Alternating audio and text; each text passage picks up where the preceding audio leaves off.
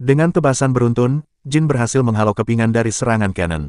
Jin berkata pada Siris, "Jangan berhenti, aku akan melindungi kalian dari samping." Namun, saat Jin sedang memalingkan wajahnya, kepingan dari Cannon tersebut sedang mengarah kepadanya. Murakan berkata pada Jin, "Jangan lengah, serangan mereka masih belum selesai." Seketika itu juga, kepingan Cannon menghujani mereka secara beruntun. Dengan sekuat tenaga, Jin dan Murakan menghalau kepingan tersebut. Di sisi yang lain, kepingan tersebut sedang menuju ke arah Siris yang sedang membawa Laosa.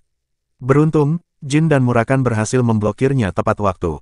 Murakan yang merasa takjub berkata, "Boleh juga kalian bocah, tetaplah seperti itu."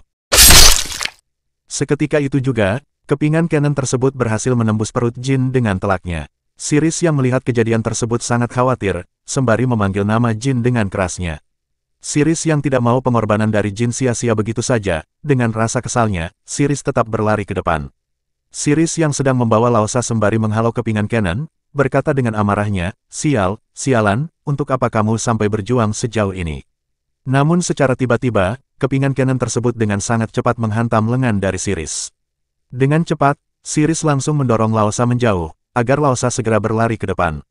Dengan lengan yang sudah terputus, Siris berkata pada Laosa, "Jangan berhenti, jangan buat pengorbanan kami menjadi sia-sia, terus berlari." Dengan perasaan yang begitu sedih, Laosa berlari ke depan sembari bergumam, "Dewa Kelam, aku tak akan menunggu jawabanmu lagi, aku tak akan menunggu lagi. Aku menyadari doa saja tak akan mengubah apapun, aku terlalu lama menyadari hal tersebut. Sekarang, aku telah membulatkan tekadku." Cerita beralih, terlihat, Jin yang sedang berada di alam bawah sadar dibangunkan oleh suara misterius, "Bangunlah Jin." Setelah membuka matanya, Jin diperlihatkan oleh pemandangan yang begitu mengerikan. Terlihat, dengan wajah sedihnya, Talaris memeluk Siris yang sudah tak berdaya yang berlumuran darah. Jin yang melihat kejadian tersebut, sangat terkejut sembari bertanya-tanya pada dirinya, apa-apaan ini? Seketika itu juga, pemandangan diperlihatkan, yang dimana seekor naga merah yang sedang mencekik leher Murakan. Jin yang melihat naga tersebut bergumam, warna merah menyala yang mencolok dibanding naga yang lain. Apakah itu Guardian Dragon Clear, Kadun? Jin yang sedang melihat tubuh aslinya tak berdaya, berkata dengan kesalnya, "Apakah aku gagal lagi?" Namun secara tiba-tiba, muncul suara misterius yang mengatakan, "Kau pasti bertanya di mana salah dirimu. Apa aku harusnya berhenti dan kabur saat bajingan gila itu mati? Atau apakah aku kabur saja bersama suku Kolon? Atau mungkin, harusnya aku tak menyelamatkan mereka dari awal? Apa penyesalan seperti itu tak merasuki pikiranmu?" Dengan tegas Jin membalas, "Tidak. Itu adalah keputusanku, aku tak punya penyesalan. Yang membuatku kesal adalah, meski sudah mati satu kali, aku masih saja lemah dan tidak bisa apa-apa, itulah yang aku sesali. Karena diriku, semua orang mati, aku sudah menjadi lemah dan bodoh." Suara misterius tersebut menjentikkan jarinya sembari berkata, "Benarkah? Kalau begitu, lupakan pikiran seperti itu." Seketika itu juga, Jin dibawa ke dunia lain yang tak diketahui. Sosok suara misterius tersebut akhirnya menampakkan wujudnya, sembari mengatakan, "Aku Kelam, dewa yang berada di dalam mirror dengan bantuan Solderet. Aku sudah menunggu kedatangan anak laki-laki, yang dipilih oleh Solderet. Waktu kita sudah mulai habis, hari ini kamu akan menyadari jalan seperti apa yang akan kamu lalui, dan kepedihan mereka yang tak bisa kamu lindungi." Jin membalas dengan kesalnya, "Apa gunanya berkata seperti itu, jika semuanya sudah terjadi?" Kelam membalas, "Tidak ada yang terjadi. Haruskah kita membicarakan sisanya di luar?" Jin yang sudah terbangun berkata, "Sial. Sudah berapa kali aku terbangun seperti itu hari ini? Tunggu, apa yang terjadi? Kenapa aku pingsan?" Siris berkata, "Dari wajahmu yang terkejut, kamu pasti sangat menyayangi nyawamu ya?" Dengan kesalnya, Murakan memukul punggung Jin dengan sangat keras, sembari berkata, "Kau bocah bajingan tukang tidur. Kenapa kau hanya berbaring di sana? Aku kira kau sudah mati." Jin membalas, "Bukannya kau sudah mati dikalahkan oleh Kadun?" Murakan kembali berkata, "Kadun, kenapa kau menyebutkan nama bajingan itu? Dan siapa yang kau bilang kalah?" Kadun bajingan itu berdoa setiap malam kepada dewanya, agar tak bertemu denganku saking takutnya. Talaris berkata pada Jin, "Sejujurnya, aku sudah penasaran apa yang akan kamu panggil, tak kusangka kamu memanggil seorang dewa." Jin membalas, "Dewa, apa maksud Anda?" Murakan menjelaskan, "Kamu tidak tahu, Laosa itu dirasuki oleh dewa yang dipercayainya. Dan dia bukan sembarang dewa, dia menghancurkan Kozak dalam sekejap. Aku tak tahu teknik apa yang dia gunakan, tapi pasukan White Knight itu tidak bisa bergerak sedikitpun.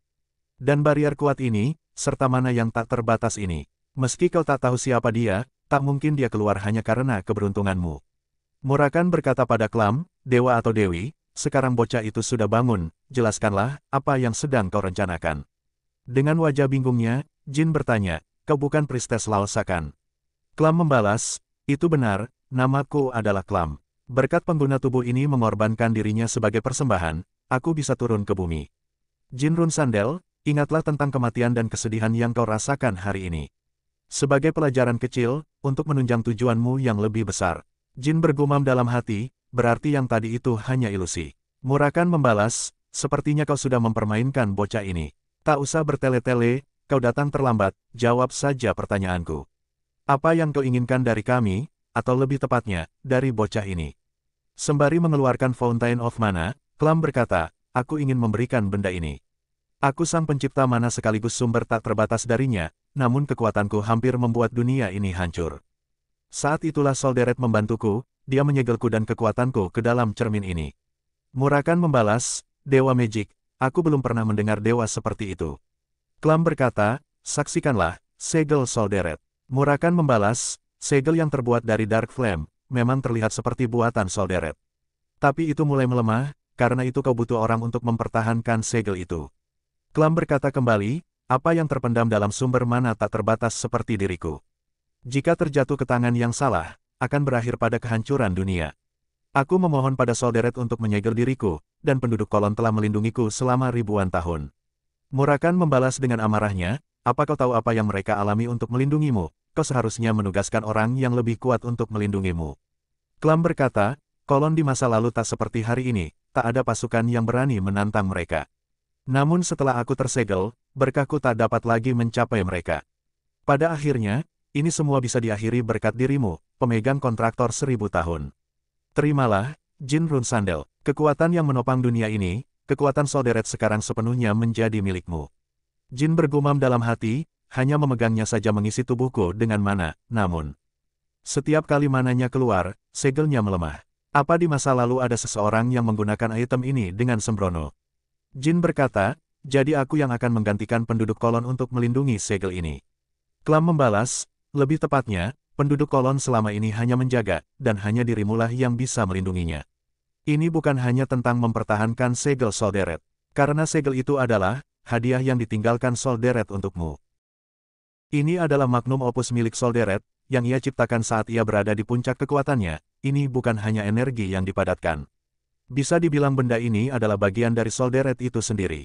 Dengan wajah yang murung Jin membalas, tentu saja ini akan jadi bantuan yang besar. Tapi, Nona Laosa telah berjanji akan memanggil Solderet untukku. Klam berkata, sepertinya dia telah membuat janji yang sulit. Bagaimana mungkin dia bisa memanggil Solderet, sedangkan Black Dragon di belakang sana saja tak bisa memanggilnya.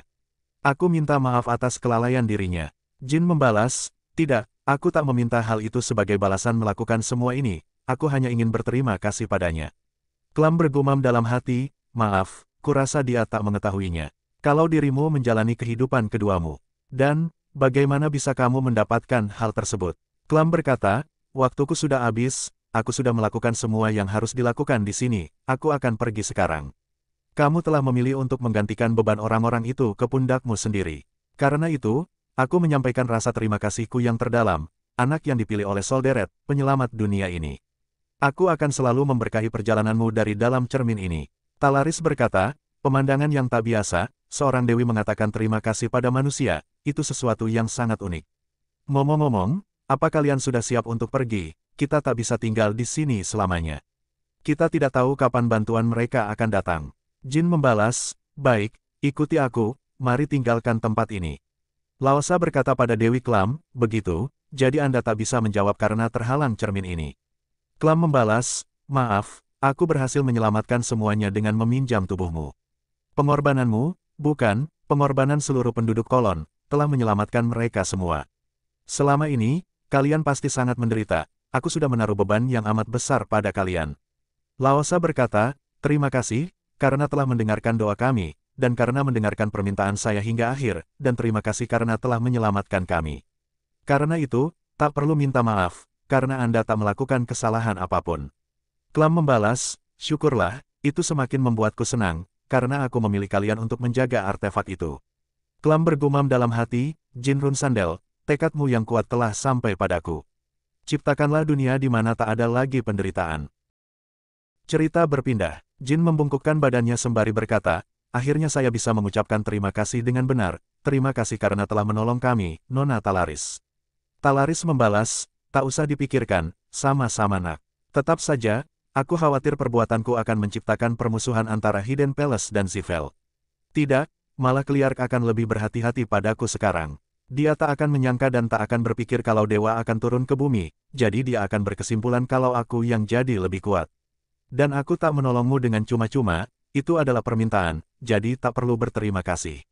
Jin membalas, baiklah, apa ada sesuatu yang Anda inginkan? Dengan senyuman nakalnya, Talaris berkata, apa yang harus aku minta dari kontraktor Solderet dan Sword Magician sepertimu? Baiklah, kali ini aku akan memberikannya gratis, lagi pula aku dapat banyak informasi berharga hari ini. Jin membalas, terima kasih, Master of Hidden Palace. Talaris berkata, kalau begitu, kami pergi dulu, kami sudah jauh dari istana selama beberapa hari. Siris berkata, Jin Runsandel, mari berduel saat kita bertemu di lain waktu, dengan ini kita sama-sama tidak punya hutang lagi, mari bertarung dengan jujur dan adil. Talaris yang menggoda anaknya berkata, beginilah punya putri masih labil, egonya tinggi, jadi gak bisa jujur dengan hatinya sendiri. Siris membalas, kenapa kamu bersikap seperti itu dari kemarin? Cerita berpindah di kediaman Patriark, tepatnya di Black Sea. Talaris berkata pada Patriark, lama tak jumpa, Chiron. Patriark membalas, kenapa kau tiba-tiba kemari? Talaris berkata kembali, baiklah, langsung ke intinya saja. Putra bungsumu, apa kau mau mempertimbangkannya untuk menikahi putri kami? Cerita berpindah di Garden of Swords. Luna yang sedang membaca isi surat berkata, jadi itu yang terjadi. Kozak dan White Knight, serta Master dari Magic Tower ke-7 Zivell, si bungsu melakukan sesuatu yang menarik lagi. Apa dia baik-baik saja? Dino membalas, iya, itu memang pertarungan yang sengit, tapi kami keluar dari Tikan dalam keadaan baik-baik saja. Luna berkata pada Tika, kalau begitu langsung ke intinya saja, namamu Tika bukan? Apa keahlianmu? Aku tak bisa membiarkan kalian hanya tinggal di sini, meski kalian adalah pengungsi. Luna berkata pada pelayannya, Nani, carilah pekerjaan yang cocok dengan mereka, bicara juga dengan para penduduk, agar mereka bisa berbaur. Luna berkata pada Dino, dan kamu adalah Dino kan, bilang saja jika kamu butuh sesuatu, aku akan menolong dengan semua yang kubisa. Sebagai gantinya, kamu harus mencapai tujuan yang diinginkan si bungsu darimu. Dino membalas, jangan khawatir, saya akan memenuhi ekspektasinya. Narator menceritakan, 1 bulan setelah insiden reruntuhan kolon. Seluruh dunia bicara tentang pembantaian penduduk kolon. Insiden di mana petualang tak dikenal, mengalahkan keluarga Zivell yang membantai para penduduk kolon. Faksi yang memusuhi keluarga Zivell, seperti keluarga Runsandel mempercepat penyebaran rumornya. Meski keluarga Zivell berkata, kalau Myuron Zivell melakukannya sendiri tanpa disuruh. Di lokasi kejadian ditemukan bagian dari Kozak, dan pada akhirnya orang-orang tahu, bahwa Zivell ikut andil aktif dalam insiden tersebut. Aliansi Hufester murka dengan hal tersebut, dan Lutero Magic Federation mencoba menutupinya. Emperor dari Kekaisaran Vermont mengatakan, secara pribadi bahwa keluarga Zivell tidak bersalah, dan itu berakibat pada emosi publik yang tinggi mulai mereda. Karena kejadian ini, keluarga Runsandel yang membongkar situasi ini mendapatkan kepercayaan dan kehormatan dari publik, serta Kekaisaran Vermont mendapatkan bantuan dari keluarga Zivell. Keluarga Zivell mulai melakukan semua operasi mereka diam-diam, dan tak membuat kekacauan karena telah kehilangan kehormatan dari publik. Cerita berpindah. Han yang sedang menemui Patriark bergumam dalam hati, dengan ini, sudah 3 kali, kuharap skill menulis Tuan Kashmir sudah membaik. Namun secara tiba-tiba, Han sangat terkejut, melihat ada serangan es yang begitu besar di Black Sea. Talaris berkata pada Patriark, tanganku bergerak sendiri, kenapa kamu melihatku seperti itu? Patriark membalas, sudahai omong kosong ini Talaris, mengganggu meditasiku hanya untuk pernikahan. Apa itu cara barumu memprovokasiku? Talaris berkata, aku tak datang kemari untuk menggodamu seperti sebelumnya. Seketika itu juga, Talaris langsung menyerang Patriark dengan sword auranya. Namun, serangan dari Talaris berhasil ditahan oleh Han dengan pedangnya. Patriark berkata pada Han, akhirnya kau datang, jangan pedulikan dia dan cepat berikan surat itu padaku. Patriark berkata, jadi dia berkata kalau si bungsu mengalahkan Myuron Zivell.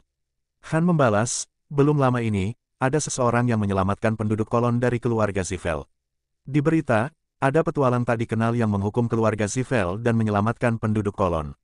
Dalam kejadian itu, Master dari Magic Tower ke-7 Sivel, Miuron Sivel mati, dan Kozak dan White Knight sudah dikonfirmasi menerima serangan dan mundur. Siapa sangka si bungsu ada di sana. Dengan wajah terkejutnya, Patriark berkata, Kozak, si bungsu tak sekuat itu. Jadi kau rupanya, Talaris. Talaris membalas, jangan melihatku seperti itu. Aku hanya menerima permintaan calon menantuku, tadi kamu menyebutkan nama Kashmir ya. Patriark berkata, iya, tapi dia tak menyebutkanmu di suratnya. Kashmir bajingan itu, beraninya dia menyimpan informasi dariku. Talaris membalas, apa kamu ingin memarahinya? Kurasa itu ide yang buruk, sebaiknya kamu memujinya. Kashmir adalah orang yang hanya setia pada satu orang, dan dia tak setia padamu, melainkan pada jin. Patriark berkata, baiklah, hampir saja aku membuat si bungsu dalam posisi sulit, anggap saja aku berhutang padamu untuk ini, Talaris. Talaris membalas, berhutang padaku. Tentu saja, lalu bagaimana dengan utangmu dengan si bungsu, dia berhak mendapatkannya. Sudahlah, karena aku sudah mengatakan semua yang ingin kukatakan, aku akan kembali. Pikirkanlah kata-kataku tadi, putra bungsumu dan putriku sangat cocok satu sama lain. Cerita berpindah di kota Akin. Seorang pelayan berkata pada Kashmir, Master, seorang pria datang mencari Anda, dia bilang dia bekerja untuk Anda di bagian mata-mata.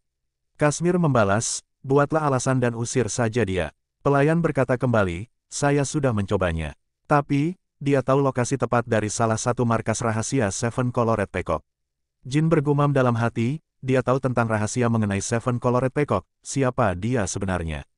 Kashmir berkata, maaf, aku telah menunjukkan kejadian yang memalukan pada Tuan Muda, siapa sangka salah satu markas kami ketahuan oleh orang seperti itu.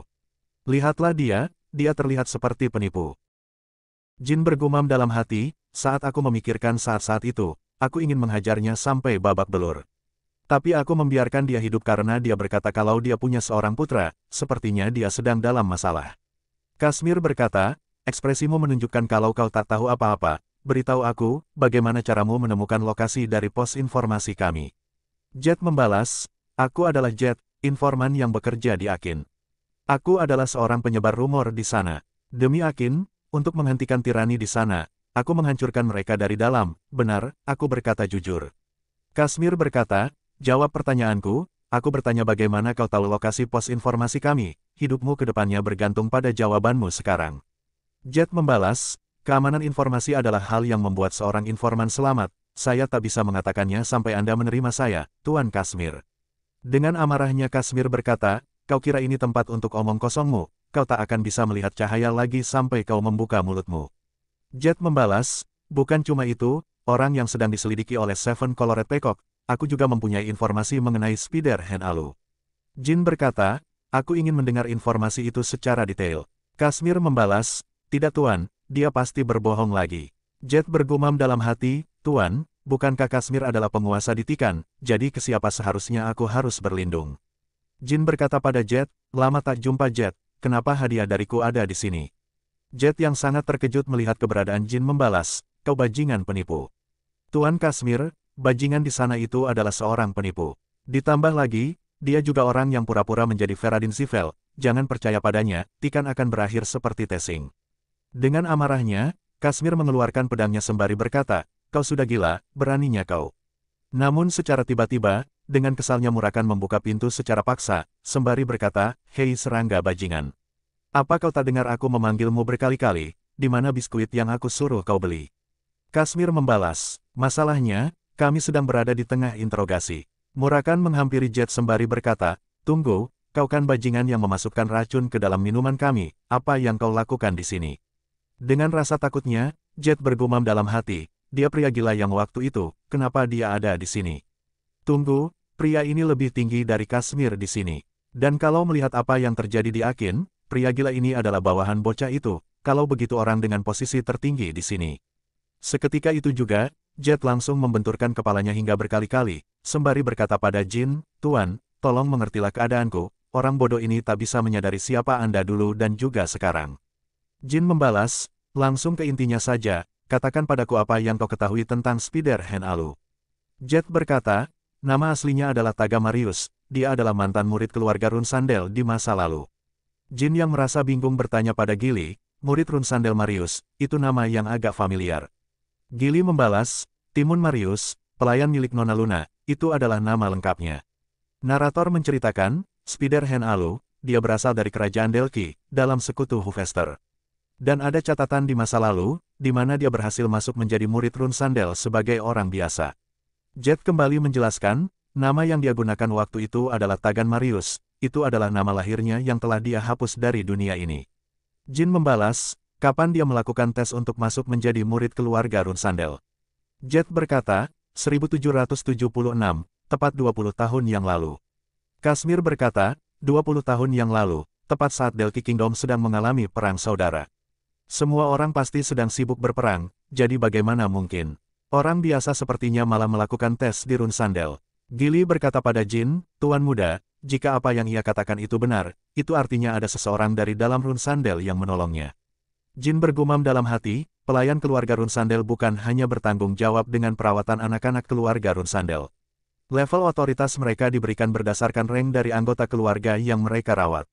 Jika itu 20 tahun yang lalu, itu saat keluarga masih menganggap Luna Rune Sandel sebagai patriark selanjutnya. Dan pelayan dari Kaluna pada waktu itu, punya otoritas yang tinggi dalam kediaman. Jika mereka berdua memang terhubung, maka orang yang mencoba untuk mengutukku di kehidupan sebelumnya, adalah Timun Marius, dan Spider-Hand Alu, siapapun yang berada di balik semua itu, aku akan membuktikannya dengan mata kepalaku sendiri. Cerita berpindah di kerajaan Delki, berada dalam wilayah kekuasaan sekutu Hufester. Seorang pria yang sedang menindas berkata, bukankah aku sudah bilang berulang kali, apa yang akan terjadi jika kau tak mengumpulkan bayarannya tepat waktu? Pria yang dihajar membalas, tolong ampuni aku harus memberi makan putriku juga, jika kau terus melakukan ini, aku akan melapor pada keluarga kerajaan. Pria yang menindas berkata dengan marahnya, melapor, bajingan, apa kau sudah lupa, aku didukung oleh keluarga Rune Sandel yang terkenal. Dari arah belakang, wanita misterius berkata, cukup, bukankah yang kau lakukan itu terlalu berlebihan, Gaboru? Gaboru yang sangat panik membalas, apa yang kau lakukan di sana? Tunggu, itu artinya bajingan itu juga ada di sekitar sini. Seketika itu juga, Gaboru memuntahkan darah yang begitu banyak, yang membuat Gaboru mati seketika. Pria misterius yang menggunakan masker berkata, menyedihkan, bahkan setelah menerima berkat dari Mother, dia malah hidup memalak orang. Pria botak yang merasakan ketakutan bersujud sembari berkata, aku akan memberikanmu semua uangku, jadi lepaskan aku juga tidak akan melapor pada siapapun, putriku sudah menungguku di rumah, kumohon. Pria misterius membalas, kau menganggapku sama dengan sampah itu, maaf tapi kami tak butuh hal seperti uang. Pria botak berkata, jadi kau akan melepaskanku. Seketika itu juga, kepala dari pria botak tersebut terlepas dari tubuhnya. Pria misterius membalas, maaf, itu juga tidak bisa, tak ada dendam atau masalah, anggap saja ini hari sialmu. Semuanya, demi orang itu.